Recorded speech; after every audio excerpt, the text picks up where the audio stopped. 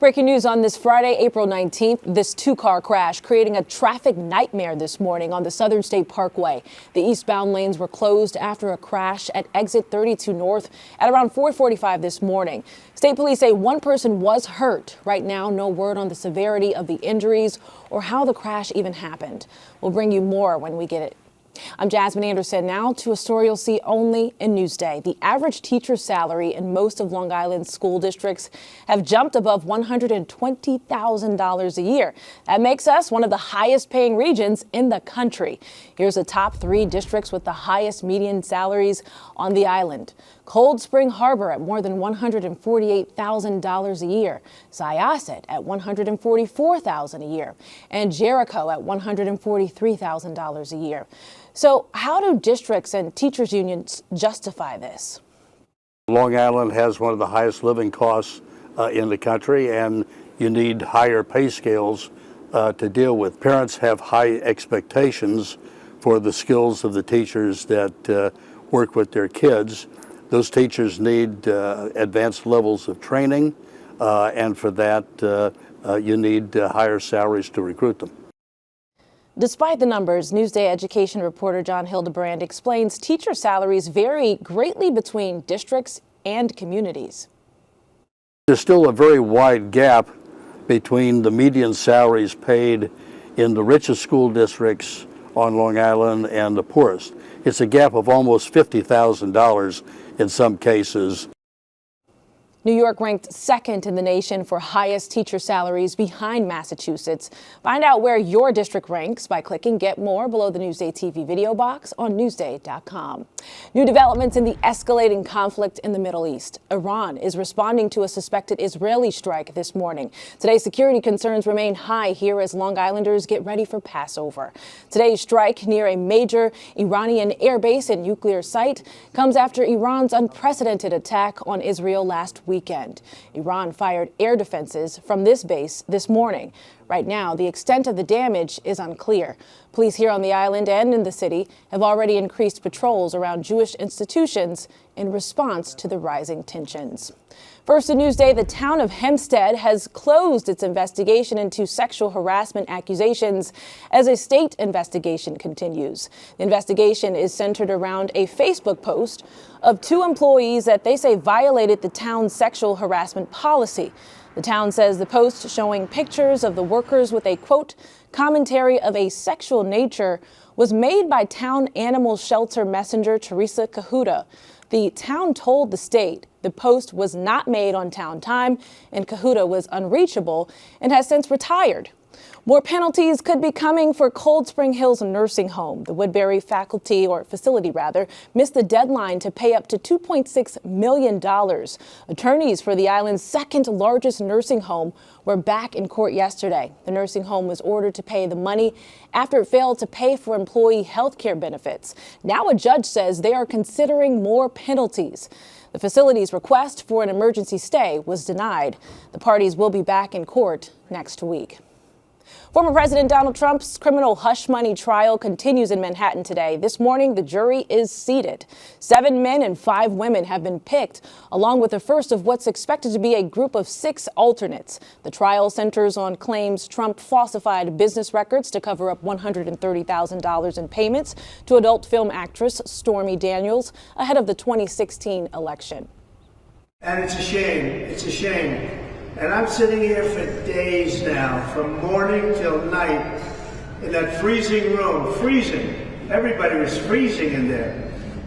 And all for this, and this is your result. Look at that, each one of them a story. And it's very unfair, very bad thing. Jury selection resumes today. The judge says opening arguments could start as soon as Monday. Read the latest on the Trump's hush money trial on our homepage. Click Get More below the Newsday TV video box. Prosecutors are asking a judge to stop George Santos' motion to make witness statements public. They say it's an attempt to influence public opinion in the jury pool before his upcoming federal trial.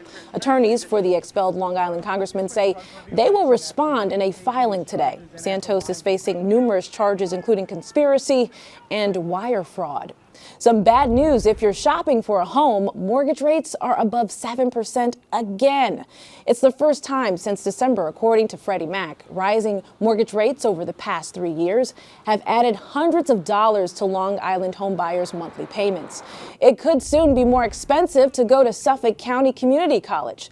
The college is considering a 3.4% tuition hike. If approved, it would raise the cost for full-time residents by $190 a year to about $5,800 a year. It's potentially the second increase in as many years as the school continues to struggle with a budget deficit.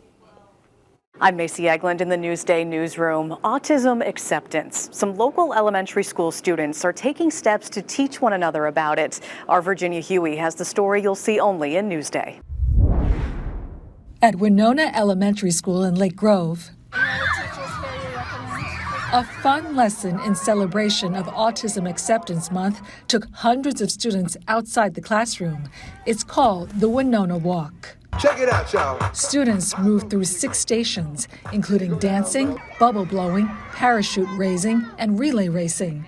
Teachers say the sensory activities help children on the spectrum. Kids with autism are typically super dysregulated, so that's why we might see some behaviors or some repetitive behaviors.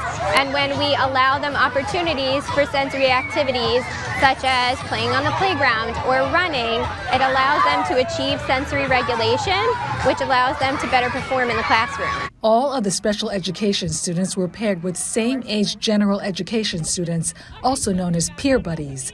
It's their job to guide autistic students through the different activities.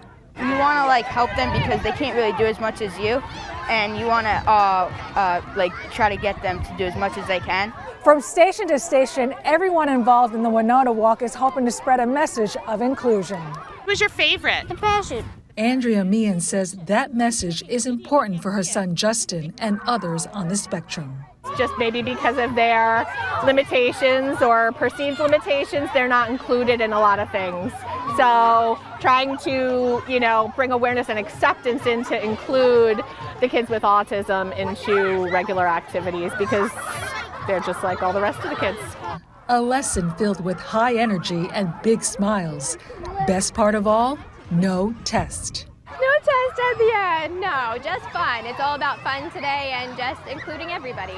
For Newsday TV, I'm Virginia Huey. Virginia, thank you. You can read more exclusive stories like this on Newsday.com. Click Get More below the Newsday TV video box.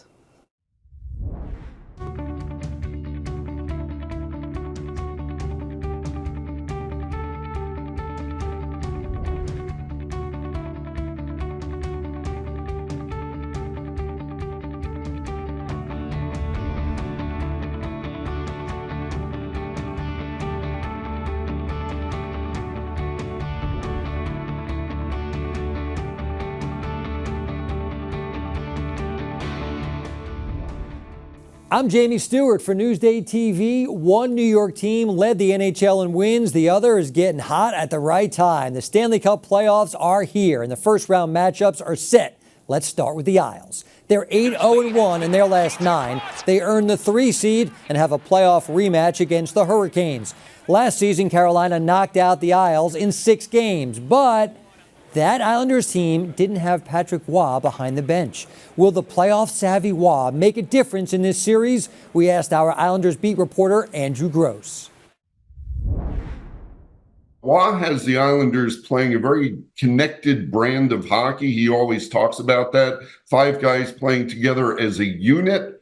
They looked faster in their last 9 games, the push that got them into the playoffs. I think this is a better Islander team than the one that did play the Hurricanes last season, but it sort of goes both ways. The Islanders are very familiar with the Hurricanes. The Hurricanes are extremely familiar with the Islanders, even with new coach Patrick Waugh. So there's really not going to be any secrets.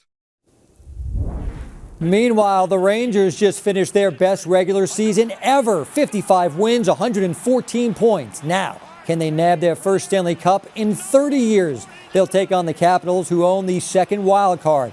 These teams split 4 games in the regular season, but make no mistake about it, all the pressure is on the Blue Shirts. There is no way they should lose this series, right? Yes, there is no way they should lose the series based on where they finished in the regular season. But, as you pointed out, the team split the season series in the regular season, and they had an equal number of goals. I think each team scored 9 goals. And let's face it, the NHL is not the NBA. I mean, the favorites don't always win in this league. I mean, things happen. Goalies get hot.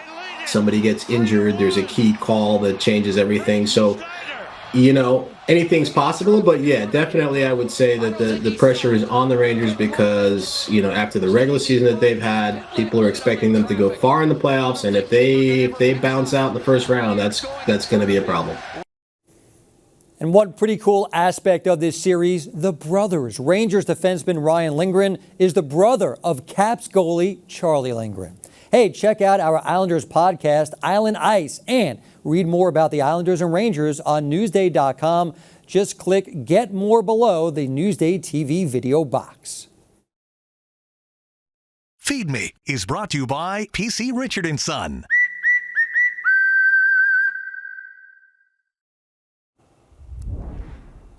Chef's preference. There's a lot of buzz about Omakase sushi here on Long Island. Scott Vogel has today's Feed Me.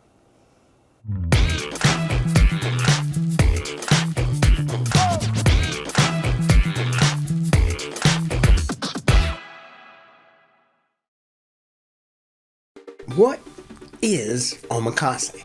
Well, it's different. I don't know how to describe it. Exciting. Gotcha. Unpredictable. We've lost power. It's over. Confusing. It is such a challenge to identify everything in these dishes correctly. Anxiety-provoking. I'm nervous, but I'm committed to doing this right. A little scary, maybe. I'm supposed to be using a chopstick. And what was that other thing? It is unlike any other restaurant experience, which is a very good thing. Omakase, a Japanese word meaning I'll leave it up to you. And it refers to a style of eating in which the diner chooses not to choose what to eat, instead leaving that choice entirely up to the chef, in this case, Chef Osen Wang, who presides over Sora Omakase in Stony Brook. So some people call this sea bream, some people call it red snapper, everyone calls it delicious. You arrive knowing that you'll be eating, say, 13 courses. Pacific oyster, specifically from Seattle. But not what the courses are. So tamago, it may look just like a regular omelet, but it's got a little sweetness to it, and it's also flavored with like a little dashi broth. And what's the reward for such bravery? Some of the freshest sushi you will ever taste. Look how beautiful that fish is. Dishes you never thought you'd love. So the word for this, I've just learned, is hikarimono, which refers to any shiny object, including this striped jack with the silvery skin still on it. And an experience you just might not ever forget. Look how big this oyster is, though. This is not a Long Island oyster. Needless to say, omakase can be a bit off-putting to a certain class of restaurant patron, namely those who define dining out as eating exactly when and what I want. I mean, like, who am I talking to? I don't know. But if you've ever let a sommelier decide the wine, told the barber to do whatever, let someone pick out your clothes, or even just purchase one of those $10 mystery grab bags at Michael's, you've done omakase. So, should you try it? Oh, thank you. Just as I suspected, it is the new best dessert in the world. The choice is yours. I'm done. That's great. For more on Omakase, just go to Newsday.com, click Get More below the Newsday TV video box. Checking out your hyperlocal Friday forecast, here's a look at sunrise this morning at Windmill Bay and Beach in Sag Harbor. Heavy cloud cover today and more rain on the way. Looking at your day planner, mostly cloudy today, highs around the mid-50s. Tomorrow, a mix of sun and clouds, and we warm up with highs in the 60s. And here's a look at your futurecast. Early morning showers on Saturday, but they clear out before the afternoon. Looking at your 7-day forecast, you can see, plenty of sunshine and warmer weather with a few sprinkles in there. That's a look at your 7-day forecast.